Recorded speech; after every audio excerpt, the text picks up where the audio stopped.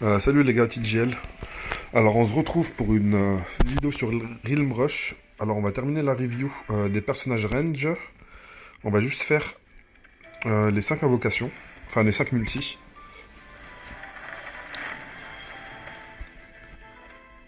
Ok, rien de fou.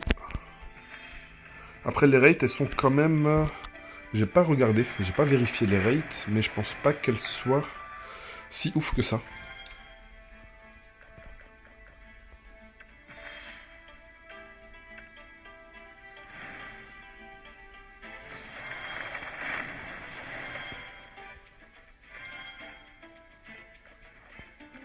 Ok, Liane. Il me semblait qu'on allait la récupérer grâce à un event. Bon, bah je l'ai récupéré un peu plus tôt. Et ça me permettra de directement la mettre à 6 étoiles en plus. Enfin, même 7 étoiles. Intéressant, en plus, c'est une unité lumière.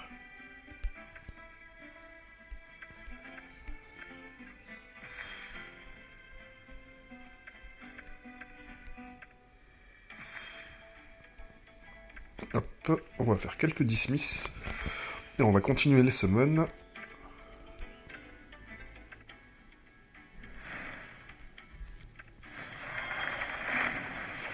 Alors moi, c'est plutôt des tanks que j'aurais bien aimé. Alors, pas celui-là.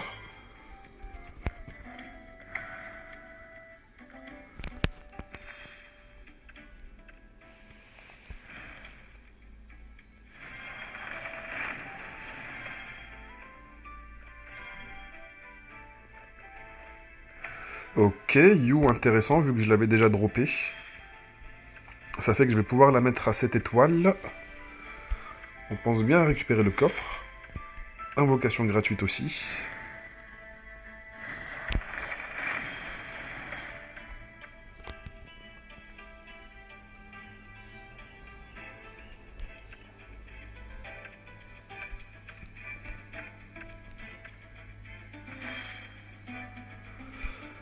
Intéressant, ça va nous permettre de l'upgrade vu que je l'ai déjà dans ma formation. Alors là, on a 2 tickets. La grosse différence ici, c'est qu'il y a un petit peu de tous les personnages, même les fooders. Et ici, il y a vraiment que les personnages qui sont utiles. Il n'y a pas de fooder. Attendez, je raconte n'importe quoi.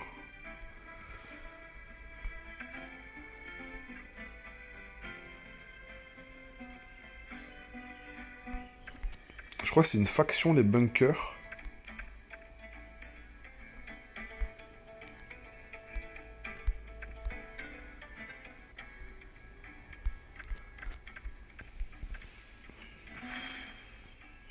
Ok, OSEF de cette unité.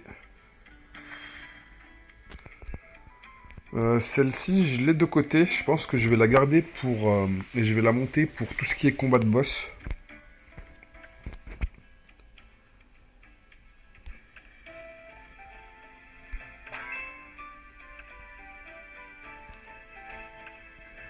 Alors, on repart dans les archers. Il me semble que je m'étais arrêté à Nador. Maintenant, on va parler de Melwyn. Alors, chaque attaque basique vont augmenter sa vitesse d'action de 5% pour 2 tours. Stackable 3 fois, du coup, ça va lui donner 15% de speed en plus, ce qui est pas mal du tout. Et une fois que ça va être maxé, ça va être du 24%. Et là, on va vraiment sentir une très très grosse différence au niveau de sa rotation pour faire ses attaques. Après, c'est un personnage que l'on a eu gratuitement dans le jeu, que je continue d'utiliser. Alors, c'est qui celui-là? C'est Xi. Alors, son passif, qu'est-ce qu'il fait? Immunisé au silence, immunisé au désarmement. Après chaque attaque, il a 50% de chance d'appliquer un stack de burn. 5 stacks au maximum dans une... C'est une attaque de zone en plus.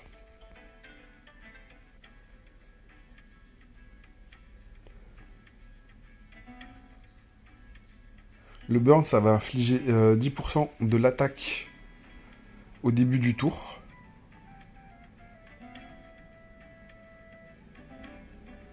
Et chaque fois qu'il va attaquer une cible qui a le burn, ça va réduire ses chances de crit de 20%. Ça peut être stacké 3 fois. Alors contre des boss, s'ils nous font vraiment pas mal de dégâts, ça pourrait être vraiment pas mal ça pour réduire ses chances de crit. Ce qui va augmenter notre survie. Après ça fait des dégâts en AOE. Peut-être qu'il a d'autres compétences qui font des dégâts en AOE. Ok. Du coup il va pouvoir même en PVP, sur plusieurs cibles, pouvoir les debuff chance de coup critique. Ce qui va être très très fort.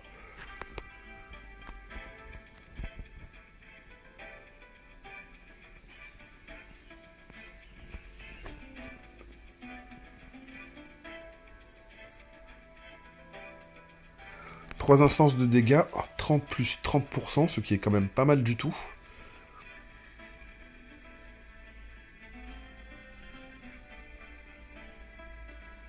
Et selon l'emplacement où vous se trouvez, les personnages dans la zone de dégâts, ils vont se prendre plus ou moins de dégâts.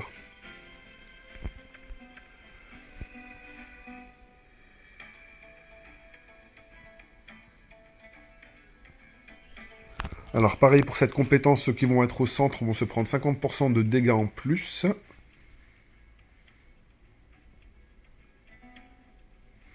« 50% de chance, il va donner un buff à tous les alliés autour de la zone. 50% de chance de faire une immunité au damage, enfin une immunité aux dégâts. Simplement contre les assassins. Et pour les alliés, ça va être 20% de chance. Je suis pas vraiment fan. Après ça, c'est son auto-attaque. 20 plus 15% de dégâts physiques. Ok, c'est en AOE. Et ça va infliger 50% de dégâts en plus pour les ennemis qui sont au centre.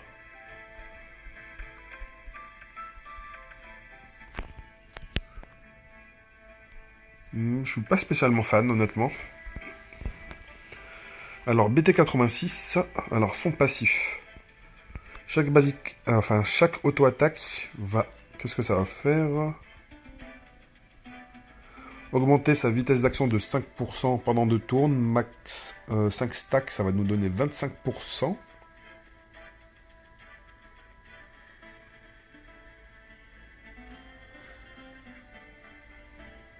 Et tank forme, chaque stack va augmenter son taux de crit de 6%. Je pense que ça va être stacké aussi 5 fois, du coup 30%. Et au maximum, ça va nous donner 15%, stackable 5 fois, du coup ça va être 75% de chance de crit, c'est quand même énorme. Ensuite,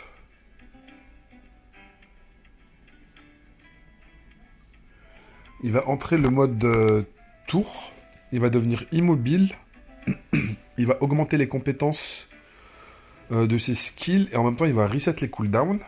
Ok.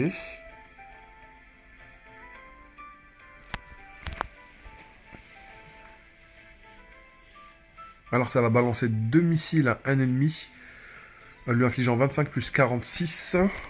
Du coup ça va être du 50 plus 92. Et en forme de tank, ça va infliger 35 plus 51. Une fois qu'on va activer le tank mode. Alors 6 instances de dégâts pour son auto-attaque, 5 plus 16, ce qui est vraiment colossal pour une auto-attaque. Et en même temps, ça va faire 8% des PV manquants de la cible.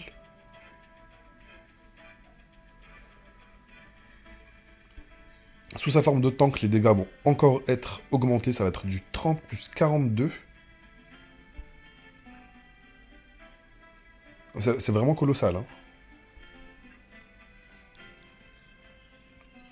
En plus, après le bonus, ça va passer à 25%. Alors déjà d'une, ça va augmenter la range de l'auto-attaque.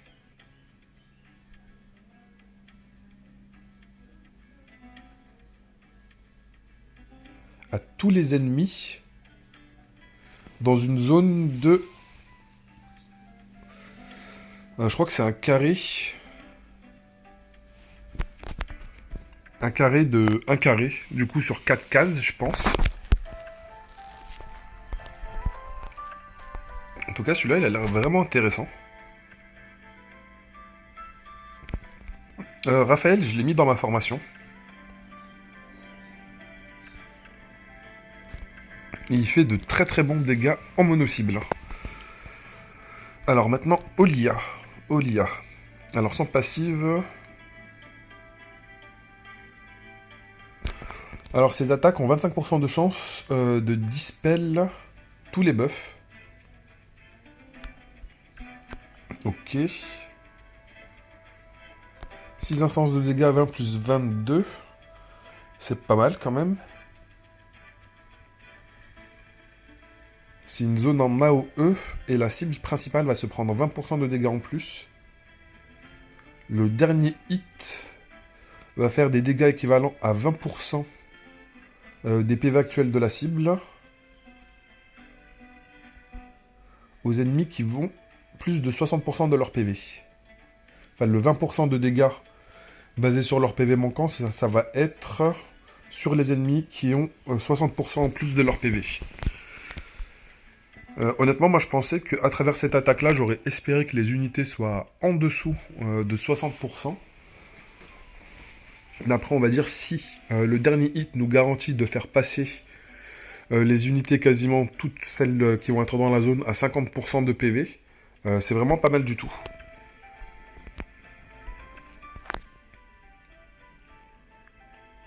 Trois instances de dégâts, 35 plus 30, ce qui est quand même pas mal du tout. En même temps, ça va les knockback, 60% de chance de route. Et ça inflige des dégâts à tous les ennemis en ligne droite, il me semble. 3 tours de cooldown, c'est pas mal du tout aussi.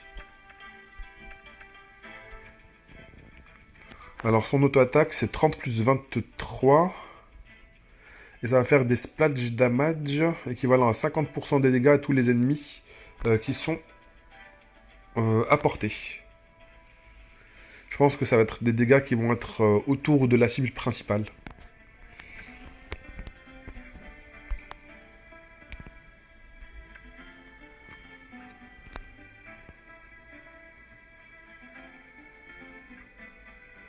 Alors son passif, c'est que lorsqu'on va lui infliger des dégâts, l'unité qui va lui infliger des dégâts va infliger 15% de dégâts en moins au prochain tour. Alors elle va balancer plusieurs missiles, 6 instances de dégâts, 15 plus 16% de dégâts physiques, 40% de chance de stun pendant un tour. Le stun, elle le fait assez souvent. Je l'avais très récemment dans ma formation, mais je l'ai retiré par rapport à son nombre d'étoiles, vu que j'ai d'autres unités, on va dire, qui sont meilleures. Vu qu'elles ont plus d'étoiles que elle, ils ont plus de stats de base. Alors là, elle va faire un barrage, 6 instances de dégâts, 5 plus 9. Pas ouf. Honnêtement, ces ratios, je les trouvais pas spécialement ouf aussi. C'est pour ça que je l'ai retiré. Ok, elle va infliger son auto-attaque, elle va infliger 20 plus 16, plus des dégâts en AOE autour de la cible principale.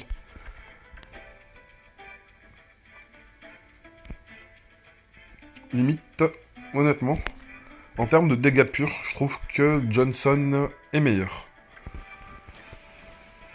Même Jessica, je l'ai retiré. J'ai laissé Raphaël et Melwin actuellement.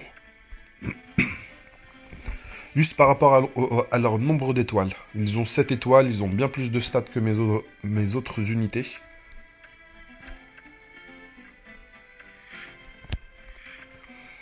Alors, Jera. Intéressant son skin. Ça fait un petit peu Demon Hunter.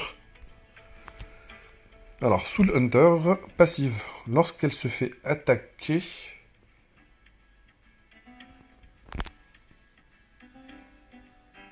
Excusez-moi, lorsqu'elle attaque des ennemis qui sont marqués par le Soul Hunt, elle va infliger 40% de dégâts bruts en plus, ce qui est énorme. Au maximum, ça va être 55%, ce qui est vraiment colossal. Déjà, juste son passif, il est ouf. Alors, 140 plus 120% de dégâts physiques à tous les ennemis.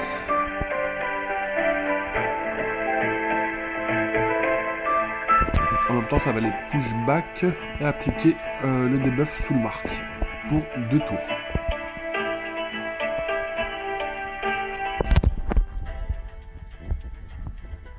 on va dire ceux qui sont... Attendez. 25% de dégâts en plus pour les ennemis qui sont in the middle row. In the middle row, je me demande si c'est pas par rapport à la portée de la compétence. Ceux qui vont se trouver au milieu de la zone de compétence vont se prendre, je pense, 25% de dégâts en plus. Alors, 6 tours de cooldown, là c'est 4 tours de cooldown. Elle va faire un barrage de 5 hits, 15 plus 15, ce qui est quand même pas mal du tout. À tous les ennemis, en même temps, ça va leur appliquer le debuff. De Soulmark pendant 2 tours. Alors son auto-attaque est vraiment forte, 45 plus 47% de dégâts physiques. Et en même temps, ça va appliquer le Soulmark en plus.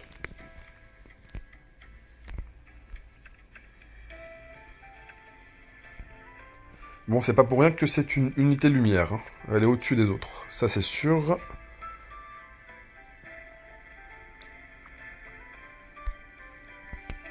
Alors, Bruto.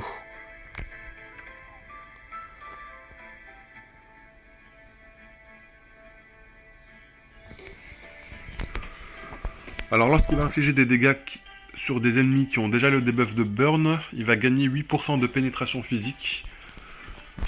Stackable 3 fois. Alors là, il va faire une attaque en 5 instances, 40 plus 31, ce qui est quand même pas mal. Plus 10% des PV manquants, sous forme de dégâts magiques.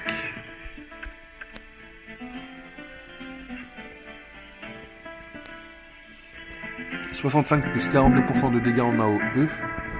Ça va infliger un note de burn à tous les ennemis dans la zone pendant 3 tours.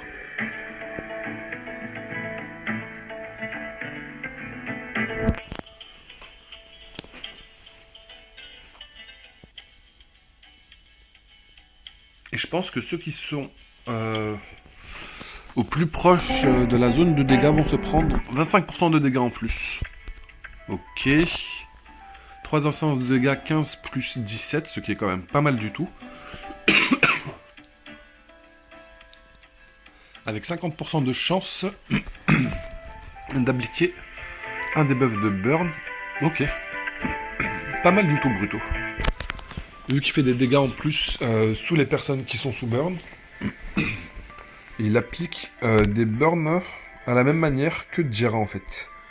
J'ai l'impression qu'ils font un petit peu la même chose, sauf que elle c'est une unité lumière, et celle-ci c'est une unité bunker. Je sais pas si c'est des dark units ça. Je crois que c'est juste une faction normale.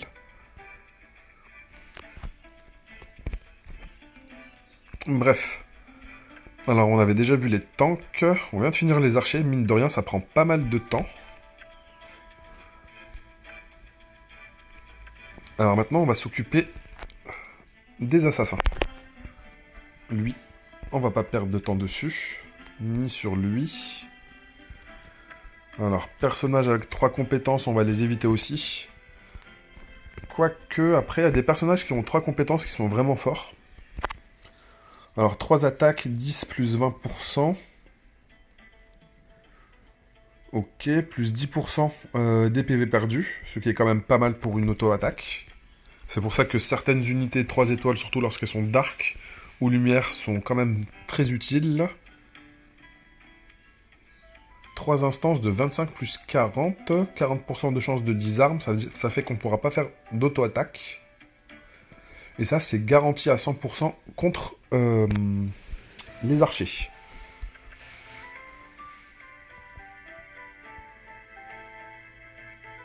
Au début du combat, il va être directement en invisibilité. Et bien sûr, il ne pourra pas se faire target par les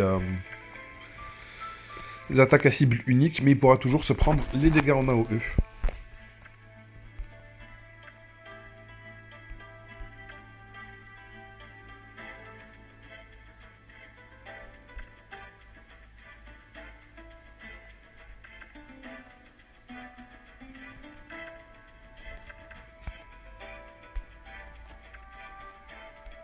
Bon, ça c'est un petit peu défoudeur, même si elle a 4 compétences, celle-ci. J'ai pas l'impression qu'il y a quelque chose de vraiment particulier sur elle.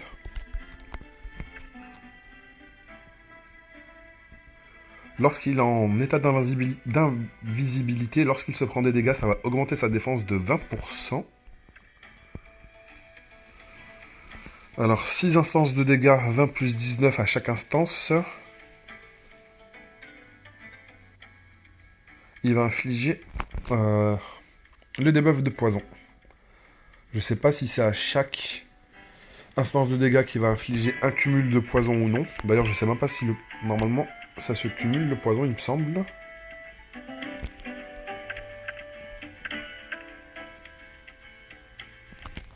Alors, il va porter son masque. Infliger 3 instances de dégâts, 25 plus 21. Ça va appliquer un stack de poison. Et ensuite, il va entrer en invisibilité pendant un tour. Ok. Lui, je pense qu'il se pourrait être pas mal du tout pour les combats de boss, parce qu'il pourrait justement cumuler ses poisons très facilement sans être continuellement target par le boss. Peut-être qu'en PVP, il pourrait avoir une utilité.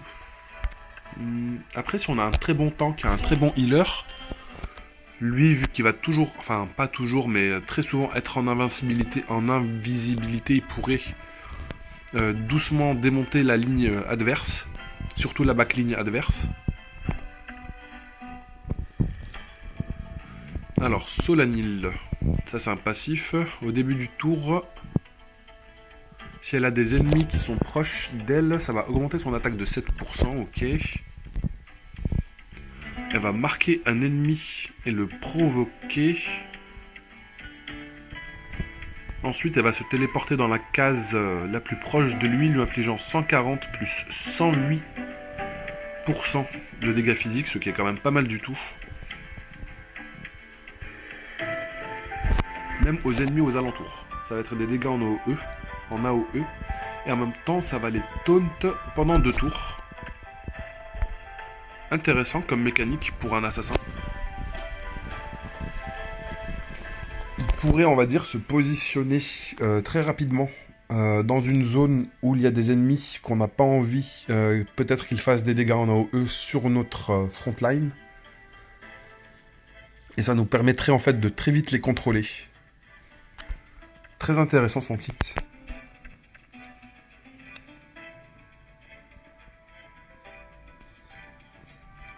Et là, elle va pouvoir pull les ennemis en AOE de 2 cases. Ah non, c'est juste un ennemi, un seul ennemi.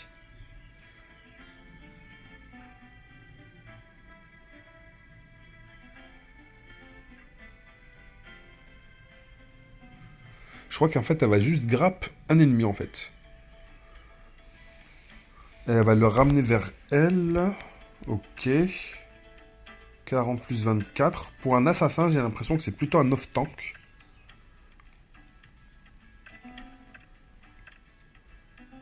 On va dire peut-être qu'elle est là pour, on va dire, démonter les mages ennemis. Tout ce qui est unité très fragile. Mais il n'y a rien du tout pour augmenter, on va dire, spécifiquement à elle, sa résistance. Du coup, elle va être plus là pour vraiment dépop les unités les plus dangereuses adverses. Alors, Dinoen, quel est ce cafard? En plus, c'est une Dark Unit passive. Chaque attaque ou Ultimate Skill...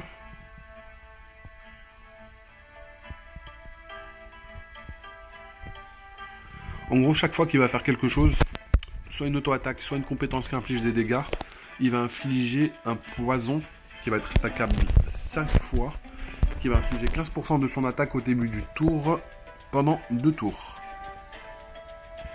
Au bout de 3 stacks, en plus, ça inflige le debuff insoignable. Ok, intéressant. Parce que 15% de l'attaque au bout de 5 stacks, ça nous fait 75% de dégâts en plus. Enfin, 75% de son attaque en dégâts chaque tour. Sur des combats de boss, ça pourrait être pas mal du tout.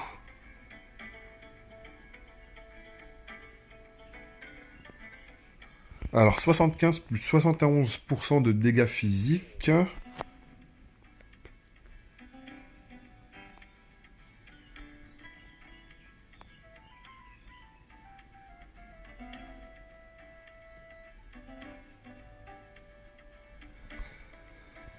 Ok. En plus de ça, elle va infliger un debuff qui va infliger 60% de son attaque physique à chaque tour de manière permanente. Ça, c'est une dinguerie, ça. Ça veut dire que lorsqu'on cumule les 75 plus les 60, on a 130% de son attaque en plus gratuite à chaque début de tour.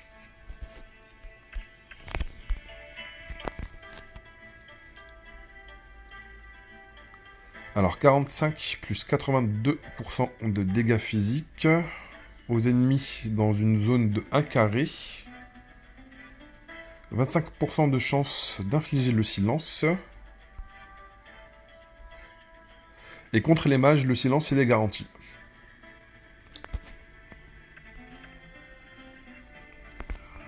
Ok, pour une auto-attaque, elle est quand même assez forte. 45 plus 63.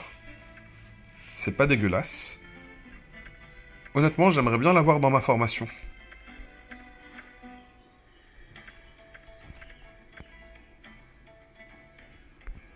Après, je sais pas si les poisons des deux unités seraient... Je pense que c'est un petit peu de l'overkill. D'avoir deux d'auteurs de ce style-là. Allez, on part sur Yui.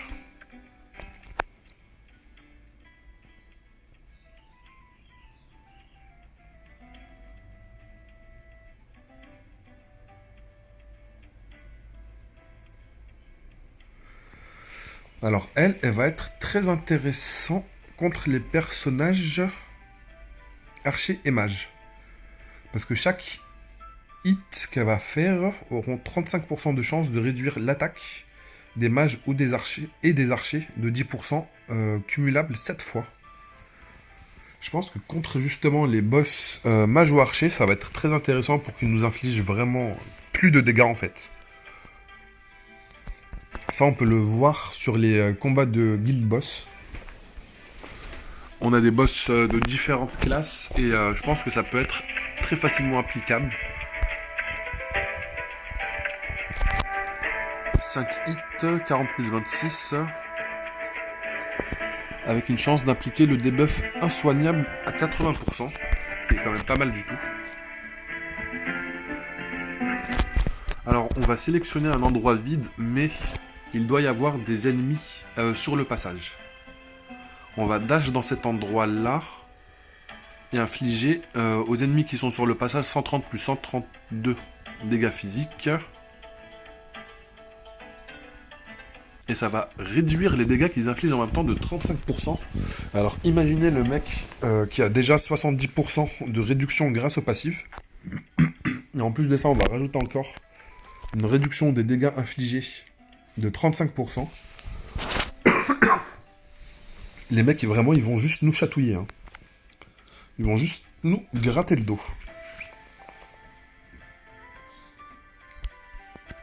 Alors, son auto-attaque, c'est quand même 4 hits, 10 plus 13%. Ok.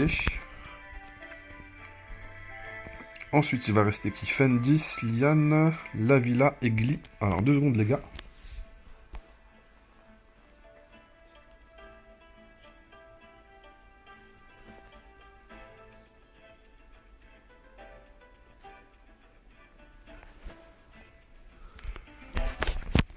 Alors, Fendis, qu'est-ce qu'il fait? Alors là, c'est une Dark Unit. Je pense qu'il va être très intéressant.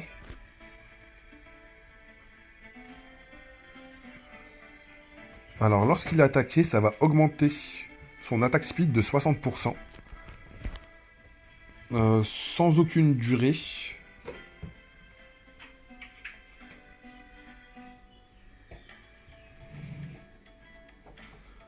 Ça, c'est vraiment ouf. Ça veut dire que juste il va se faire attaquer une fois, il va prendre 60% d'attaque speed en plus.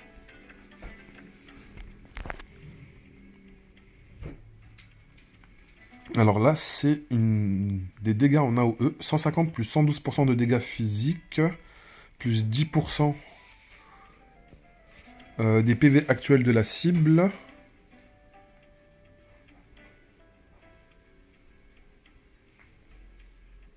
Ça va appliquer un stack de poison qui va infliger 40% de son attaque au début du tour. Par stack, 5 stacks maximum. Alors l'autre, on était sur du 60% avec un debuff de manière illimitée. Et avec ces autres stacks, ici ça nous faisait du combien? Du 75%, alors que avec celui-là, ici nous sommes directement, enfin avec les 5 stacks, on va être à du 200% par tour. Ça, c'est vraiment insane. Hein. 200% de son attaque par tour. C'est des dégâts qui sont en AOE. Après, il faudra avoir le nombre de stacks. Hein. Mais en tout cas, là, directement, on va infliger 40% de dégâts de son attaque à toutes les personnes qui vont être prises dans l'AOE.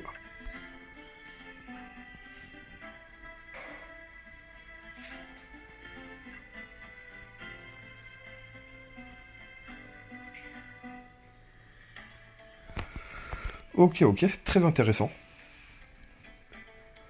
Alors il va se téléporter dans une zone, infliger 75 plus 47% de dégâts physiques à tous les ennemis.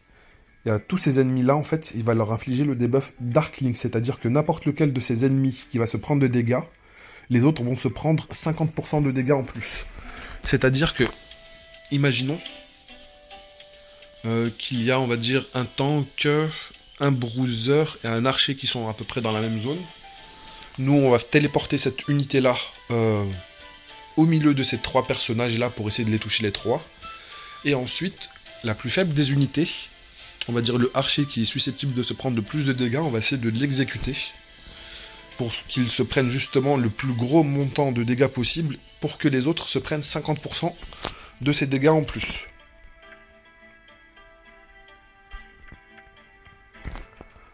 Alors, son auto-attaque, elle est vraiment ouf. 50 plus 28% de dégâts physiques. C'est des dégâts en AOE et ça a 50% de chance. Attendez. Et ça va infliger un stack de poison qui, lui, va infliger 50% de son attaque physique au début du tour. 5 stacks, c'est-à-dire 250% au maximum. C'est vraiment ouf. C'est vraiment très très fort.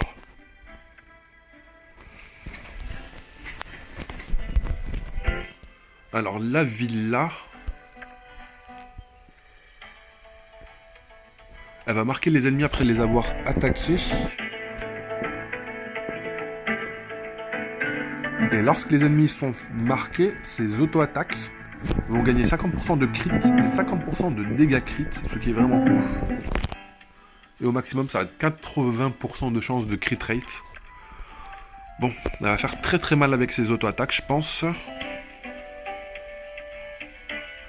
Alors elle va cleanse tous ses debuffs, reset tous les skills, infliger 120 plus 96% de dégâts physiques à tous les ennemis dans la zone, infliger un stack de saignement qui va infliger 50% de son attaque physique au début du tour, maximum 5 stacks pour 250% du coup au maximum.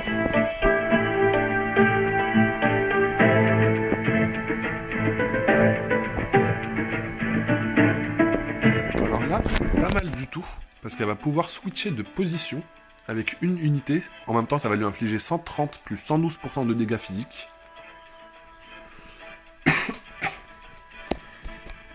En termes de stratégie, vu qu'on a vu que le jeu c'était un petit peu un échiquier, ça c'est un move qui est très très intéressant à faire.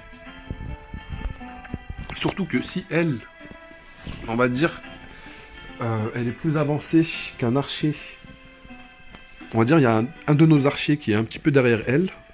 Elle va, et qui n'est, on va dire, et que l'archer n'est pas à portée d'attaque d'un ennemi. Elle va pouvoir se téléporter en justement en rapprochant en changeant les positions avec l'archer et elle va pouvoir rapprocher l'ennemi de notre unité pour qu'il puisse être à portée d'attaque.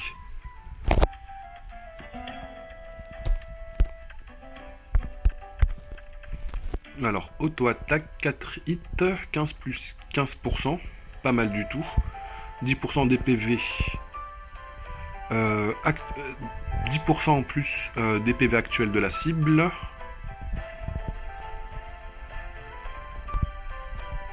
Et le dernier hit a 25% de chance d'infliger le double de dégâts.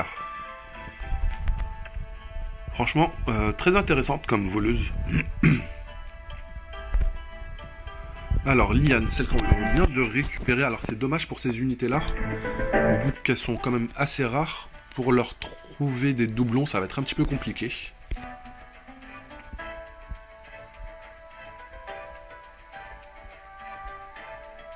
Bon, déjà, son passif, je le trouve un petit peu éclaté au sol, parce que déjà, ça se base sur sa mort de l'unité. Du coup, il faut qu'elle meure, en fait, pour qu'on puisse en profiter.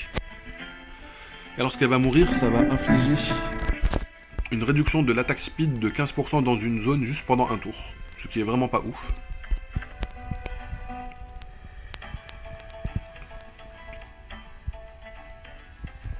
Alors, 5 tours de cooldown, ça va infliger en zone... Ah non, à l'ennemi. 80 plus 66% 3 fois. Et ça va le disarme en même temps pendant 2 tours. Ok.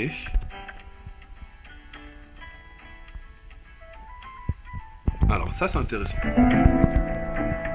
Elle va invoquer un clone d'électricité qui va acquérir 80% de ses stats.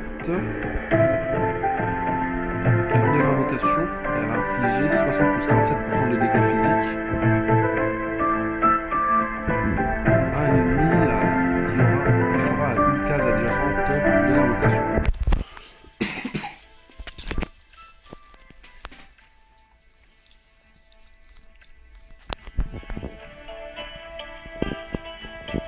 Et lorsque notre unité va se prendre des dégâts supérieurs à 15% de ses PV max, le clone va prendre 50% des dégâts en plus.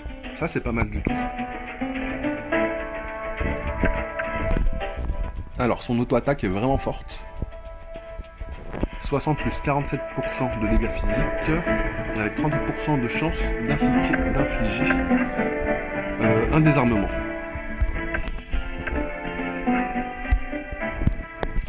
Et on va terminer par Egli. Alors, passive, lorsqu'elle va se prendre des dégâts qui vont la tuer, ses PV ils vont pas pouvoir tomber en dessous de 1%. Elle va restaurer 105 plus 68% de son attaque physique sous forme d'HP. Et elle va devenir invisible pendant un tour. Ok.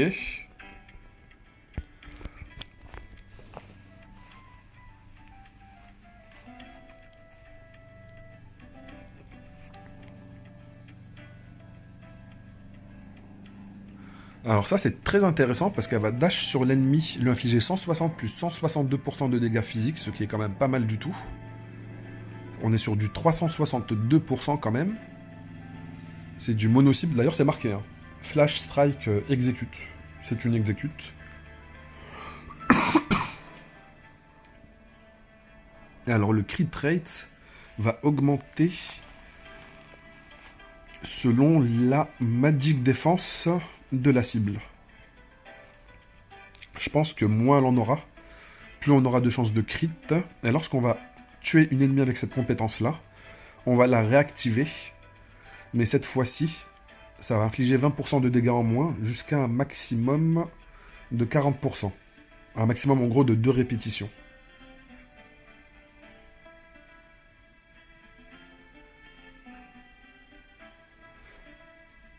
Ah non, excusez-moi, ça va être réduit de 20%. Après, ça va se répéter une seconde fois. Après, ça va encore descendre de 40%. Mais je ne sais pas s'il y a une limite au nombre de répétitions d'attaque.